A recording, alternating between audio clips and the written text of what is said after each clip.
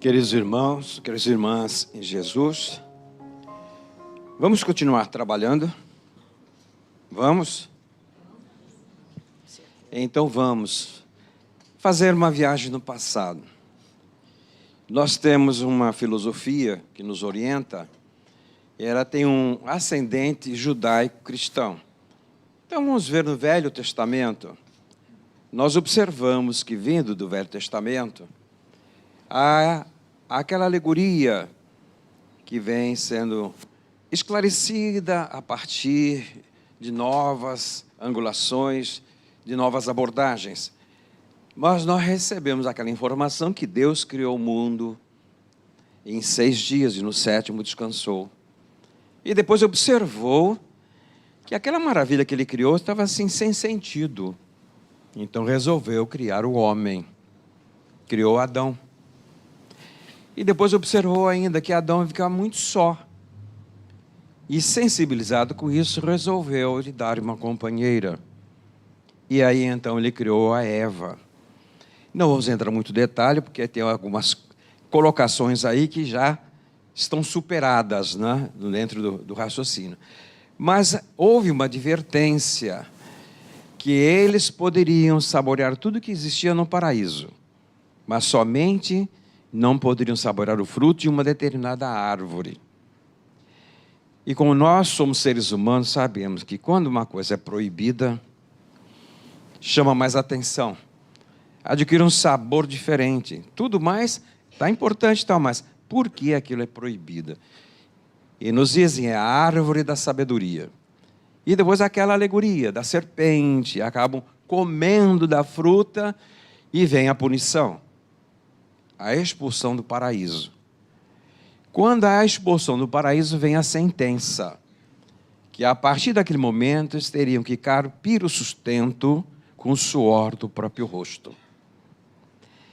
Então aí vem esse ascendente que reflete até hoje no modo de pensar de uma forma generalizada na humanidade. Pelo menos quem tem ascendente judaico-cristão, vindo essa ascendência do Velho Testamento, como se o trabalho fosse realmente uma punição. Vejamos como é que anda a nossa cultura. Quando chega segunda-feira, todos nós somos alegres e contentes para o nosso trabalho, não vamos? Quando chega sexta-feira, o último dia da semana, aí nós vamos para casa triste. Que pena que acabou a semana de trabalho. E por que ainda existe essa sensação? Vem esse ascendente e o outro aspecto que também não podemos desconsiderar. Quando a criatura não está realmente profissionalmente colocado, onde é o ideal dela, o trabalho passa a ser um castigo. Quando a criatura está realmente realizando o seu ideal, aquilo em que ela se dedica profissionalmente é a realização dos ideais, ela não faz essa separação de final de semana. É um modo contínuo, porque aquilo é um momento de realização do próprio espírito, da própria alma. Então, quem está realmente voltado exclusivamente para a subsistência, a sua manutenção, a manutenção da sua família, o trabalho tem essa visão de um grande encargo, cansativo, exaustivo. E isso reflete a tal ponto que a pessoa trabalha uma vida inteira pensando em quê? Baixinho. A aposentadoria. A outra, não vou dizer ilusão, porque ela existe. É ilusão em termos de que não teria mais necessidade de trabalhar.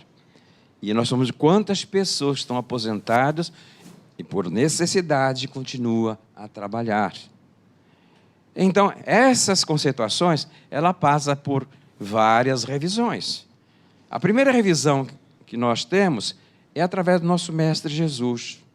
Abrimos o Novo Testamento e observamos lá em João, capítulo 5, versículo de 17 a 47, ele diz, anotando a expressão de Jesus, meu Pai trabalha ainda, e eu também. Se ele é, como está na questão 625, o modelo de perfeição que Deus nos oferece para servir de modelo e guia, Jesus, o Pai trabalha, ele também trabalha, qual é a consequência para nós? Nós também vamos trabalhar, continuar trabalhando. Mas a doutrina espírita, dando o desdobramento da proposta de Jesus, em que ele, quando despedia-se dos seus discípulos, dissera: eu vou para o meu Pai, preparar-lhes o lugar, mas não vos deixarei órfãos. Se me amardes e guardares os meus ensinos, eu rogarei ao Pai, e ele vos enviará um outro Consolador, o Espírito de verdade, e repetirá tudo o que vos tenho dito, e vos falará de muito mais que por ora não podeis suportar, e ficará convosco por todos os tempos. Então, como exemplo de mestre, o maior pedagogo que passou pela face da terra, ele apenas deu o necessário, porque tinha ciência, que além dali deslumbraria e não traria resultados. Então teria que aguardar mais tarde o amadurecimento da humanidade, o desenvolvimento da inteligência, para poder suportar os novos ensinamentos. E hoje, que nós vivemos numa aldeia global, estamos assim felicíssimos pela avalanche de informações disponíveis a todos nós. E nós acessamos todos os sites, absorvemos todas as informações e todas elas nós entendemos e aplicamos na nossa vida, não é assim? Estamos sendo afogados pelo acervo imenso de ensinamentos, de instruções, de revelações. E aí temos que ter um critério seletivo. O que realmente importa para a nossa vida? O que realmente nos orienta para melhores procedimentos, desenvolvimento da nossa capacidade? Isso é iniciativa de cada um. Porque se não tivermos esse discernimento, estaremos afogados pelo acervo imenso de informações. Mas as janelas foram escancaradas. Então hoje, quando nós começamos a observar por essa tecnologia avançadíssima à nossa disposição, que mesmo através do próprio celular, um instrumento relativamente pequeno, e acessamos, vemos exatamente o quê? O universo. Com as imagens conseguidas pelo telescópio Hubble, viajamos pelo espaço, pelas galáxias. Então, nos debruçamos nesse peitoril e começamos a chegar a vislumbrar o que queria dizer o filósofo, o poeta, que dizia: quanto mais sei, sei que pouco sei. O sinal da sabedoria. Por entender a própria ignorância frente à vastidão de ensinamentos. Então, esse conceito dentro da lei do trabalho também sofre esta revisão. E quem nos leva a ter esta revisão é o Consolador prometido por Jesus. E então, Allan Kardec, quando lançou o Livro dos Espíritos, ele dividiu em 4 partes. A terceira parte estão as leis morais. E ele dialoga com os espíritos, perguntando o que eles achariam de uma subdivisão que ele fez de um preceito de Jesus. Vejam, eram os 10 mandamentos, no Velho Testamento. Com Jesus, ele faz uma síntese. Devemos amar a Deus sobre todas as coisas, e o próximo como a nós mesmos. E ele diz: aqui estão reunidos as leis e os profetas.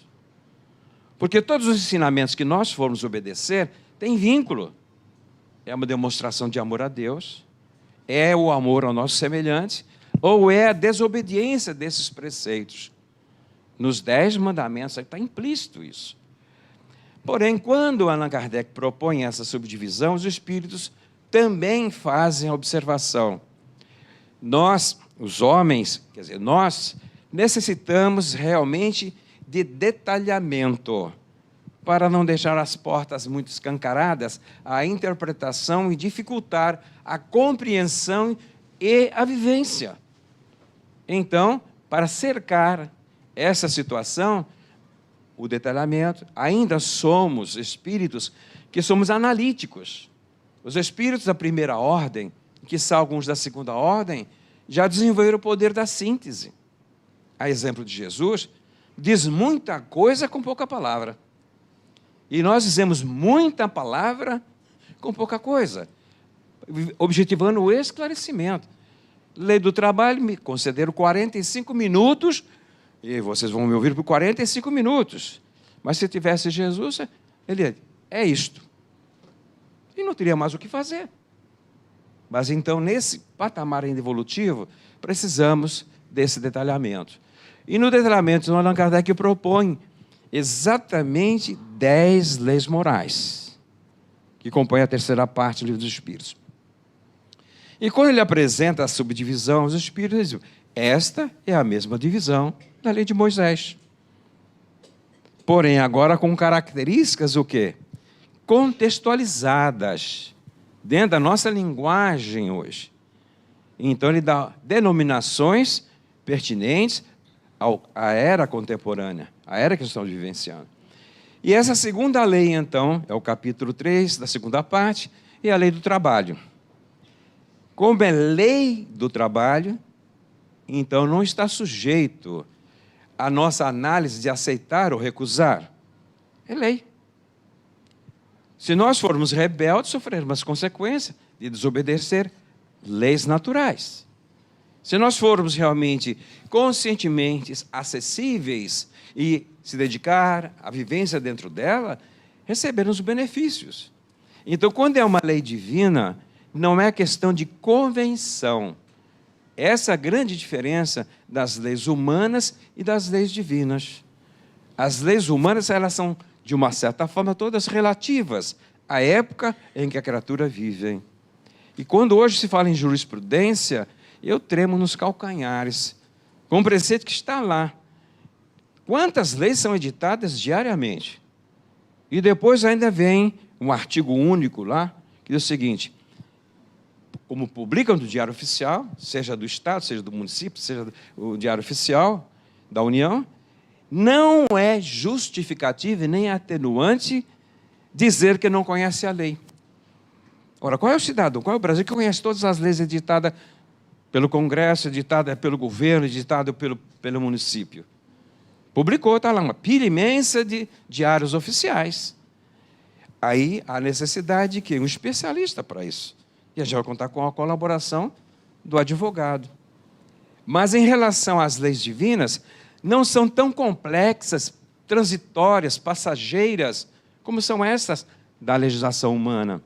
Que a tendência é que elas, com o passar do tempo, sabemos que o tempo vai levar, vão convergindo para as leis divinas. Porque não é outro objetivo de estabelecer o nosso relacionamento, tanto quanto possível, que nós tenhamos o direito respeitado e venhamos a respeitar o direito do nosso próximo. Essa reciprocidade. Isso vai estar lá, amar o nosso próximo como a nós mesmos.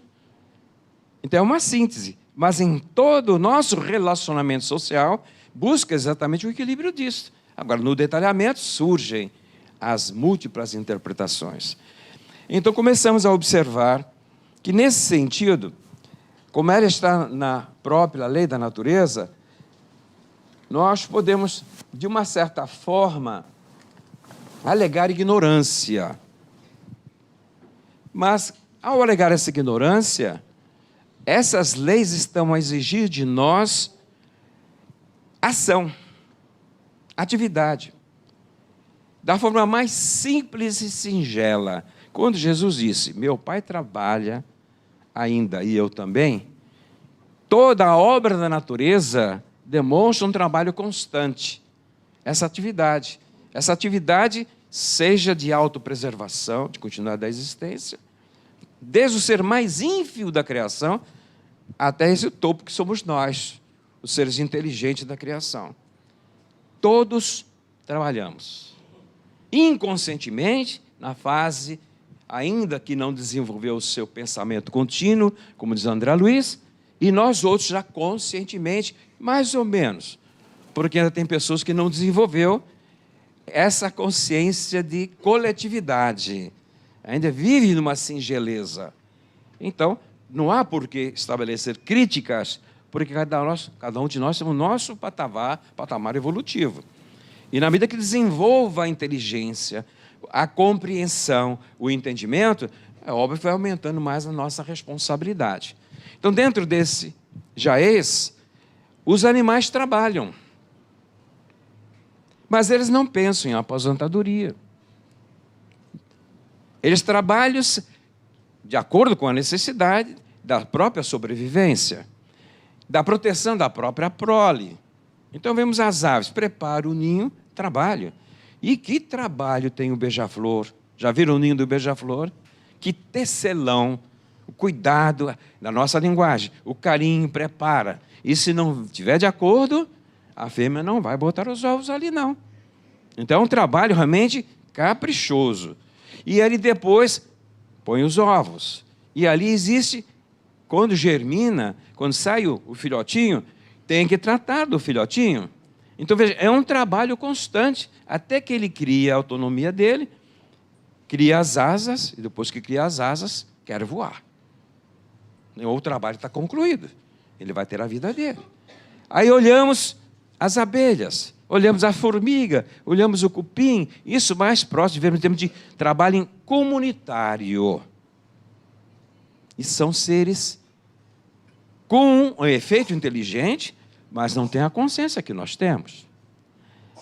No nosso nível, assume um outro patamar mais avançado. A primeira preocupação que nós temos é com a nossa subsistência. É óbvio. Este corpo está sobre a minha responsabilidade. Então, se eu não me alimentar, a reserva de fluido vital vai esgotar. Os órgãos se definham, consequentemente, a morte física. Agora, para que isso leve a criatura a buscar a manutenção do corpo, olha a sabedoria divina. Instiga a criatura através do quê? Da fome. Ele não está preocupado em manter o corpo funcionando muitas das vezes, mas a fome incomoda. E ele vai procurar matar essa fome, primeiro, de uma forma seletiva, mas na medida que não tenha recurso, ou da sua fase de ignorância, ele vai procurar o meio de saciar esta fome. E dói o coração quando nós vemos pessoas pelas ruas procurando alimento nas latas de lixo. Na sociedade atual. Quem mora em Copacabana, isso de vez em quando choca. Aí a gente fica assim, impotente. O que você vai poder fazer numa situação dessa? Então, existem os cuidados, existem as precauções.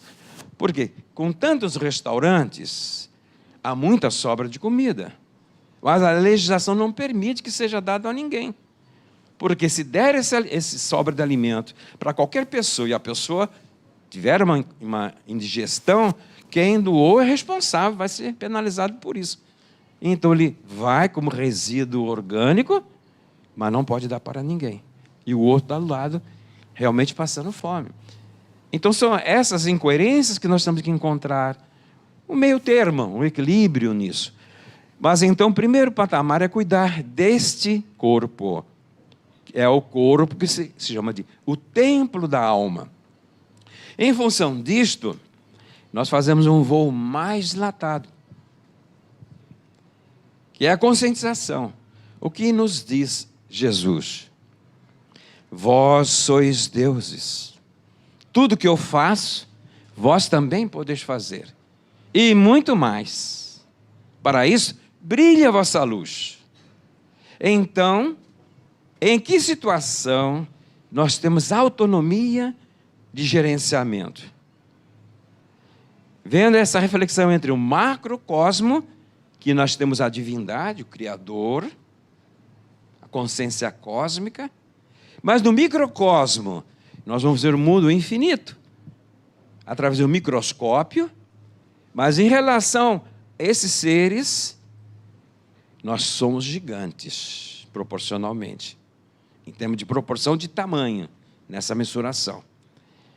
Então, algum tempo atrás, foi projetado pela mídia um filme chamado Viagem Insólita. Alguém assistiu esse filme? Que maravilha, tem bastante cabeça fazendo assim. Isso é um aspecto valioso, didático. Então, vejamos, naquele encolhimento, mergulha onde? Dentro deste templo. Então, isso reforça a angulação que nós queremos fazer. Bilhões de seres ensaiam para a vida na obra divina. E estão sob a tutela de quem? Quem é que comanda o corpo? Somos nós. Então, nesse corpo, nós temos o princípio daquilo que existe em Deus. Exemplo, Deus é onisciente. É o tributo da divindade. E diz ao Eclesiastes, não cai um fio de cabelo da nossa cabeça sem que Deus o saiba. Agora perguntamos, e nós que habitamos esse corpo, se alguém chegasse por trás com um alfinete, desse uma estocada no calcanhar, quanto tempo levaria para nós registrarmos essa estocada, depois que ela foi dada? Instantaneamente, em qualquer parte do corpo. E mais ainda, não só sentir, mas localizar onde foi dada. Podemos não ter conhecimento da anatomia, não saber o nome dos órgãos, mas se um desses órgãos aí entrar em colapso, uma dor, se a pessoa conhecer, ela vai dizer, ai, meu baço, ai, meu fígado, e vai lá. Mas se não tiver esse conhecimento, ela vai colocar a mão exatamente onde está o problema. Então vejamos, este templo, esse universo, está sobre nossa tutela. E para quê? Para que possamos conviver na sociedade. Esse é um universo que nós carregamos, mas somos células de um universo maior. Então, esse universo maior, com a nossa máquina funcionando, e aí a nossa responsabilidade de manter esta harmonia. Ouvimos ainda há pouco a nossa companheira na página inicial, de preparação, falando do poder do pensamento. Então, com esta mente que nós possuímos, é o elemento fundamental de manter o equilíbrio orgânico deste corpo, desse templo. Porque se tivermos o descontrole emocional, nós estamos bombardeando todo este universo. É uma tempestade avassaladora para todo o organismo. Então, o processo da meditação, o processo da prece, é onde estabelece essa harmonia interior, para que possamos, com um instrumento relativamente harmônico, tranquilo, agora estamos aptos a interagir na sociedade. Na sociedade, as agressividades serão tanto quanto essa que eles, seres que habitam, sofrem de nós. Guardadas as devidas proporções, com as nossas intemperanças ou destemperanças. Então, no nosso relacionamento social, se nós formos uma pessoa, uma célula sadia, vamos contribuir positivamente para a comunidade. Mas com os nossos desajustes, também contribuindo pelo desequilíbrio na coletividade, nesse compartilhamento. Então, dentro desse aspecto, nós vamos observar que, como tudo em a natureza é convocado ao trabalho, aí Allan Kardec pergunta, mas não existem pessoas que são inúteis? Ele falou, se são inúteis, são, é por vontade própria. Existem. A natureza existe exemplo de parasitas. E esse exemplo é mais elástico do que você imagina. Então, a criatura que não se envolve e não se preocupa, fechada no próprio egoísmo, ela está vivendo o efeito, muitas vezes, da sua própria inutilidade, mas isso traz as consequências. Por quê?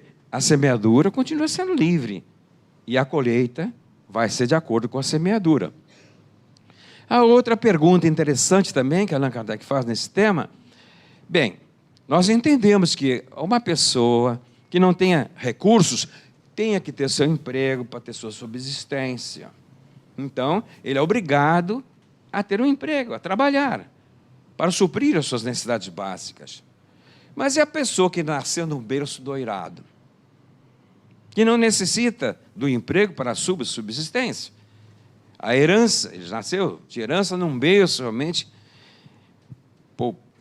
rico, né? Cheia de possibilidades. Os espíritos chamam a atenção para a seguinte angulação. Realmente ele não tem necessidade de trabalhar para se manter, mas passa a ter uma outra obrigação. O emprego do recurso que ele possua. não está isento de ser útil à humanidade, à sociedade. Então, quando nós observamos as pessoas nascidas de berço dourado, como é dito, pela riqueza, o poder financeiro, o poder econômico, que aí se dedica a abrir uma empresa, por exemplo. Olha, se ele está abrindo uma empresa, tem recursos. Quantos empregos ele está gerando? Quantas pessoas estão relativamente progredindo com relativo conforto porque está no emprego? E Allan Kardec coloca nessa lei de sociedade que o maior flagelo que acicata a humanidade é o desemprego. Porque o desemprego não escolhe quem. De um modo geral, entra todo mundo na carência. As pessoas com todo o seu padrão socioeconômico, com o seu padrão de cultura, com o seu padrão de dignidade, entram na faixa da miséria. É um sofrimento realmente que nós que vivemos num país que não passamos por outras cidades como outros países no velho mundo passaram, devastadoramente, trazem em si, esse povo, a marca do que é essa escassez. Tivemos uma lembrança aí lá no passado da Primeira Guerra, né? Alguma agitaçãozinha aí, mas acho que são poucas pessoas que é dessa época, não é? Os demais nós somos jovens, embora sejamos do século passado, não é? Isso não é do século passado, que nasceu antes, depois de 18 anos para cá, né? Porque 2019 é o século passado, 2000, então é coisa muito próxima. Então, dentro desse ângulo, realmente a oportunidade desse emprego, em termos da subsistência, dos investimentos, que é um grande estímulo, mas também é uma outra abertura para nossos sofrimentos, que os Espíritos chamam a atenção. Nós vivemos na sociedade, e a sociedade, assim, a civilização possibilita um relativo conforto, mas também estimula o quê? Prazeres que, quando não tem essa facilidade, nem se conhece, prazeres e necessidades novas surgem. Se nós observássemos, não é que seja melhor, seja pior, mas num contexto, no passado, onde não tínhamos o progresso que temos hoje, então não tínhamos necessidade de tanta coisa que hoje criou como necessidade. Então, cada vez que há surgimento de um equipamento novo, gera-se a necessidade na sociedade. Então, temos que comprar isto. Então, um monte de aparelhos para compor a própria casa. Na época da roça, vamos dizer assim, era um fogão a lenha, era roupa simples, as coisas eram assim, mais soltas, mais amenas. Na complexidade da vida que vivemos hoje, por exemplo, não tem ninguém que não tenha um celular. Naquela época nem se pensava em celular. A ligação telefônica era complicadíssima, né? Então é um progresso. Mas esse progresso cria novas necessidades. E em função dessas novas necessidades, a criatura se lança ao mercado de trabalho, muitas das vezes, se sobrecarregando, além do essencial.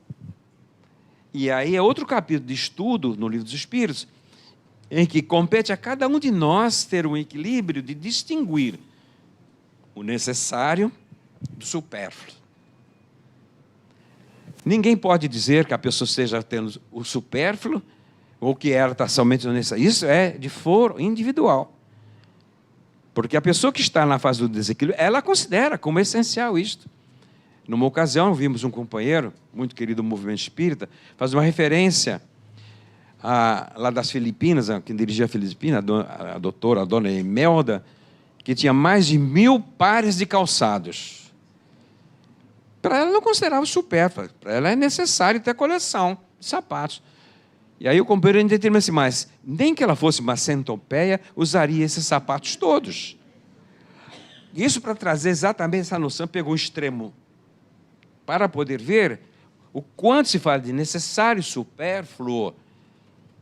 Quantas vezes nós temos alguma coisa em casa que não tem mais utilidade? E poderíamos favorecer as campanhas que são feitas em várias comunidades, inclusive aqui no SEMA. Então, quando é a campanha do cobertor, no Lar Teresa, a pessoa responsável por esta campanha, disse, olha, não esqueçam que não tem necessariamente que ser novo. Pode ser usado. Inclusive agasalho, pode ser usado. Você comprou um novo, pode ser usado. E por quê? Porque aquele usado é de boa qualidade. E quando vai comprar novo, às vezes compra aquele que é descartável.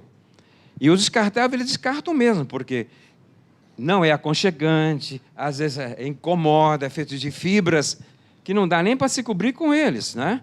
Então, se tiver, não tem problema, porque vai atender a comunidade carente, mas aconchega, é confortável. Então, ele é realmente bem-vindo. Então, dentro dessa visão, o conceito do necessário, supérfluo, passa pelo nosso nível de entendimento, de compreensão, o nosso livre-arbítrio. E na medida que nós vamos nos tornando mais solidários aos nossos irmãos em humanidade, esse nível vai sendo mais apertado, porque passamos a ser mais solidários. E começamos a observar que realmente alguma coisa está até, de uma certa forma, ocupando espaço, e a gente pode desfazer e liberar esse espaço. Então, ainda com relação a esse aspecto, vai o outro detalhe relativo à nossa civilização. E quando fala sobre a nossa civilização, nossa sociedade, somos levados a raciocinar a pergunta 793. Ali, está um pouco à frente, mas tem a ver com a nossa reflexão. Vivemos na sociedade. Essa sociedade, comparado com o passado, está numa situação, pelo menos socioeconomicamente, mais evoluída do que no passado. E então, Allan Kardec pergunta aos espíritos, como é que se poderia reconhecer uma civilização completa?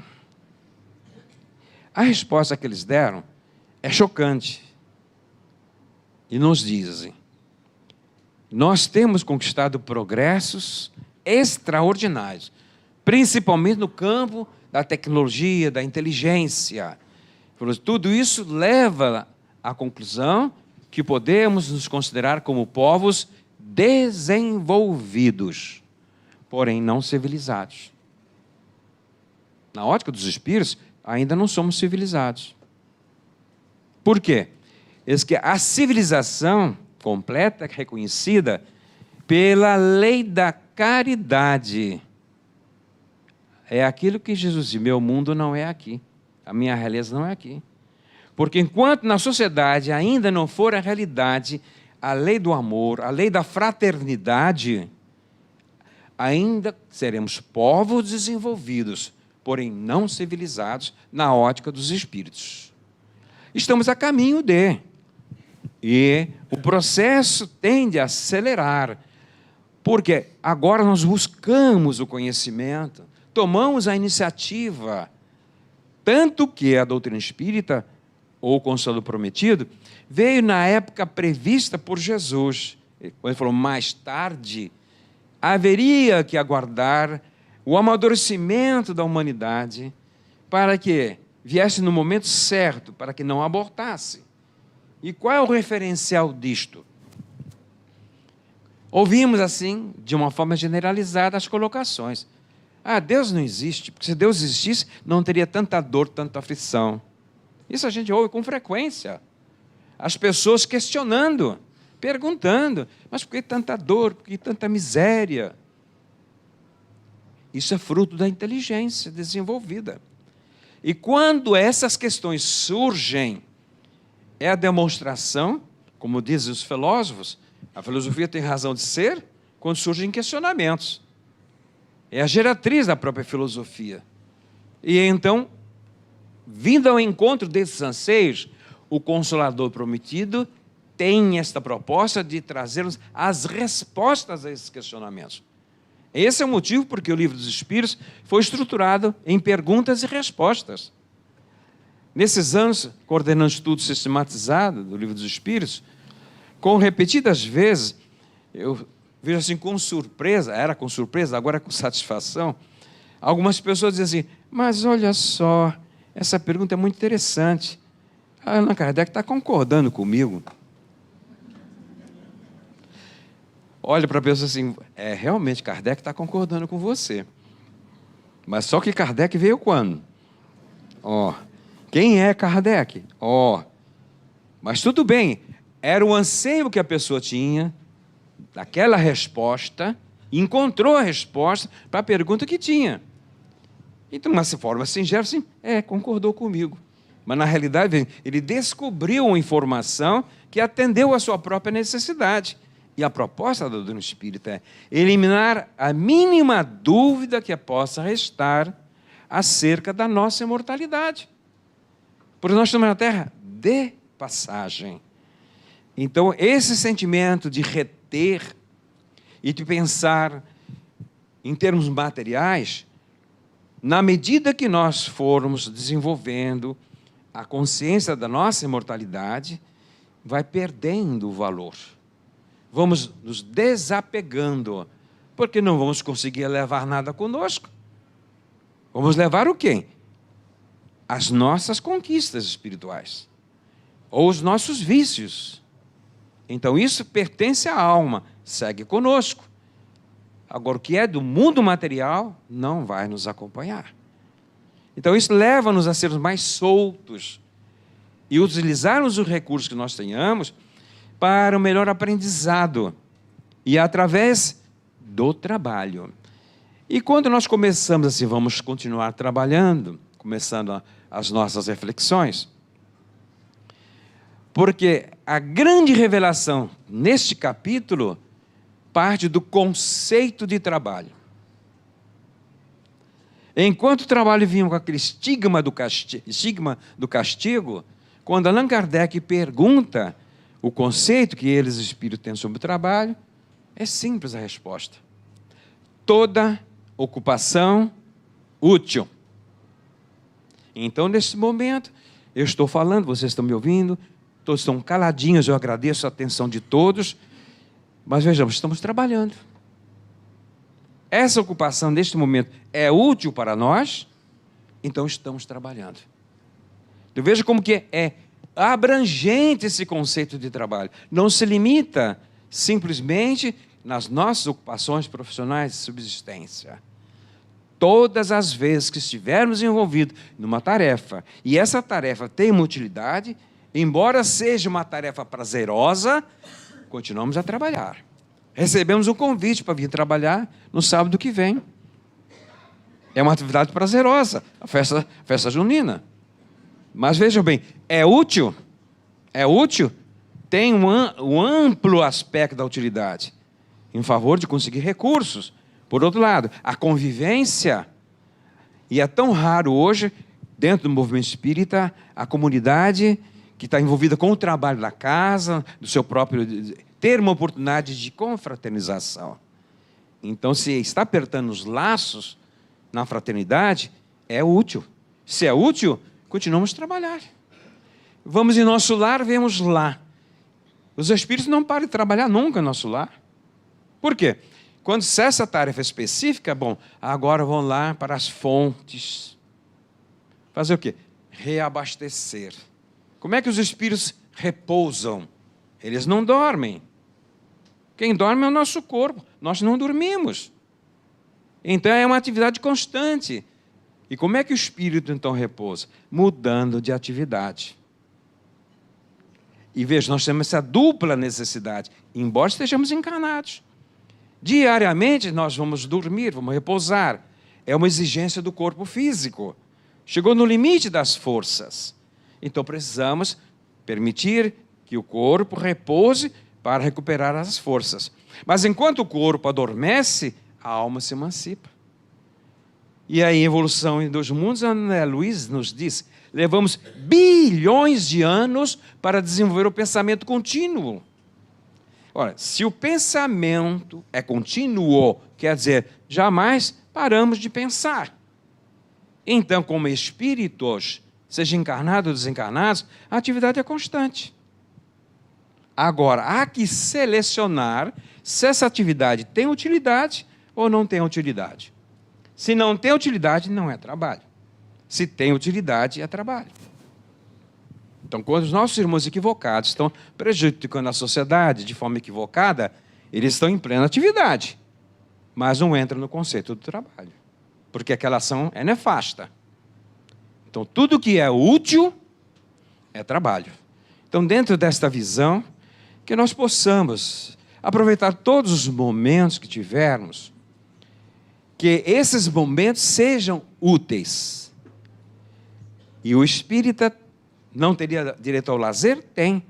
Que esse lazer seja um lazer voltado também à utilidade. Mudamos de atividade. E essa necessidade espiritual aparece quando nós entramos em férias. Quem é que não gosta de entrar em férias? Sai da rotina diária, ou viaja quando pode, se não viaja, vai para a Quinta da Boa Vista, não vai todo dia lá. Então mudou a atividade, volta mais cansado do que antes da viagem. Mas não, eu estou cansado, mas valeu a pena, porque foi atendida uma necessidade espiritual. O corpo está cansado, ele vai repousar, recupera as energias. Então nós sentimos, embora encarnados, essa dupla natureza, a natureza corporal e a natureza espiritual. Então, que nós tenhamos em vista isto, temos que trabalhar sempre. O Pai trabalha ainda, e Jesus, e eu também. E vamos dizer, e nós também. Muita paz.